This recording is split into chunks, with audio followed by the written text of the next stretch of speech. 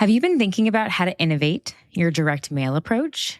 At the Monthly Giving Summit, Letter Labs is hosting a workshop on day 2, which is February 26th, called Ink That Converts, Rethinking Direct Mail for Deeper Donor Connection and Growth. In this session, you will build a dynamic, modern direct mail strategy designed for 2026 and beyond that's innovative, automated, and actually feels human. If you've been wondering how direct mail fits into this digital first world and specifically your nonprofit, this workshop will completely change how you think about it and give you the time and the experts in the room to workshop it with you. So RSVP for free at monthlyGivingSummit.com or click the link in the show notes. Welcome back to Missions to Movements. Today's prediction is, I think, a little juicy, very important, and I think maybe the most overlooked in our sector. And that is, in 2026, donor flexibility becomes a non-negotiable. Welcome back to my 2026 monthly giving 6 predictions for the year. And we are in prediction number 3. If you are wondering what number 1 and number 2 are, you can go back to the previous 2 bonus episodes. And then the first episode of the year on January 7th was the overview, kind of highlight to the signals, the data, the reasoning for why these predictions are to be. So if you want some context, go back and listen to the episode released on Wednesday, January 7th, if I have my days right. So in prediction number 3, pausing is not a failure. Flexibility becomes a non-negotiable. And in the subscription economy, it was this stat that I read from the Recurly State of Subscriptions data, which is when subscribers were offered a pause option, over half stayed instead of canceling. Wild or not, is it? Think about our own behavior with these things. If we're pausing, is it about the money? Is it about the value? Is it about the trust that's happening? What happens when they leave? And what happens when donors actually do cancel? Because I would wager that most donors don't leave because they stop caring. They don't leave, they don't stop giving monthly because they stop caring.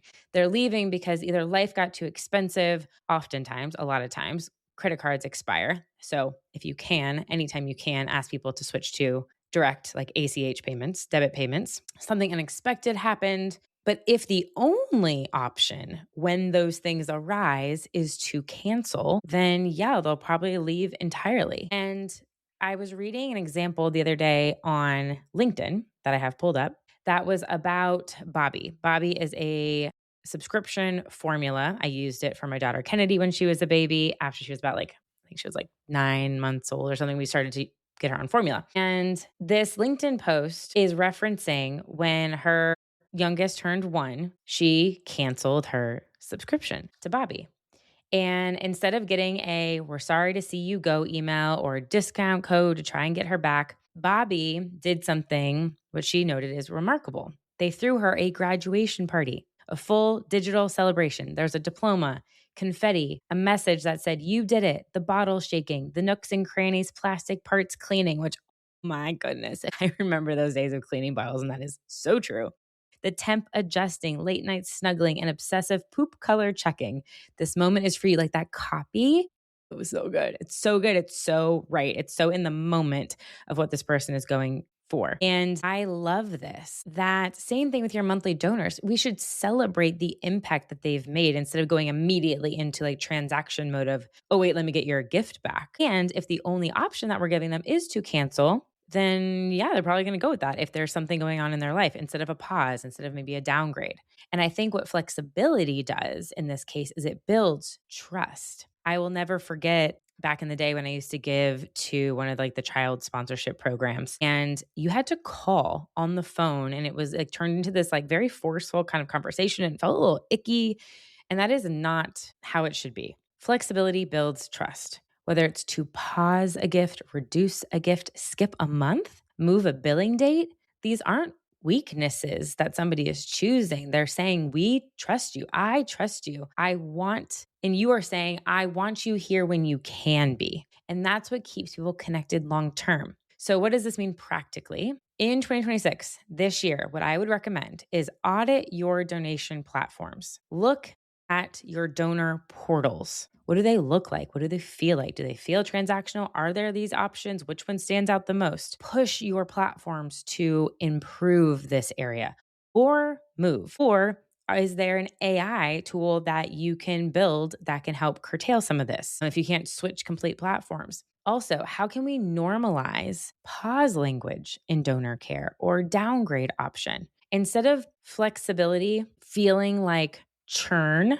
how do we just like reframe that? Flexibility doesn't increase cancellations, it prevents them. Let me say that again, because this is so huge. Having flexibility in your donor portal for the donor to take control will not increase your cancellations. It will prevent them. And so the reflection question for today's episode is, if a donor needed some grace today, would your system as it stands in this moment offer it, or would it push them away to cancel? Would it create a bad feeling? Would it create that ickiness? So make a note, check your donor portals, what options are available, message your tech team, right? AI is crazy these days. There's something that can be built. What emails are sent right now when someone cancels, pauses, or downgrades? Is there an email that's sent right now? How does that look? How does that feel?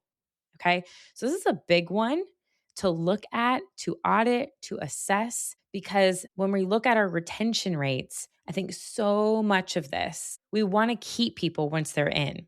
And so by giving this flexibility, I think we can see even higher retention rates than we have right now. I mean, our space is an anomaly. Like Bobby has a formula. There is a reason why somebody is ending. Their child is in a certain age. They don't need formula anymore. The average retention rate for somebody there is probably a year, and that's about it. We have an average retention rate of 8 years. Like we are so beyond anything that the subscription space sees. I mean, obviously, except for probably some entertainment subscriptions that we've had forever, talking about myself and Netflix. But I mean, yeah, and our bills that are monthly. Anyways, you get the point I'm trying to make. In the next episode, in prediction number 4, we are going to talk about the quiet force changing donor retention behind the scenes. And that is AI, kind of just teased it a little bit in this episode, but AI powered donor care and why I think it's becoming essential and not optional. We are coming closer and closer to the Monthly Giving Summit. If you have not already RSVP'd, I am hoping to sound semi like a broken record at this point, but it is honestly my favorite event. Our goal is 7,000 of you from all over the world to talk about monthly giving, to grow monthly giving, to celebrate what we're doing together. monthlyGivingSummit.com. I hope to see you there, and I will see you in the next episode for prediction number 4.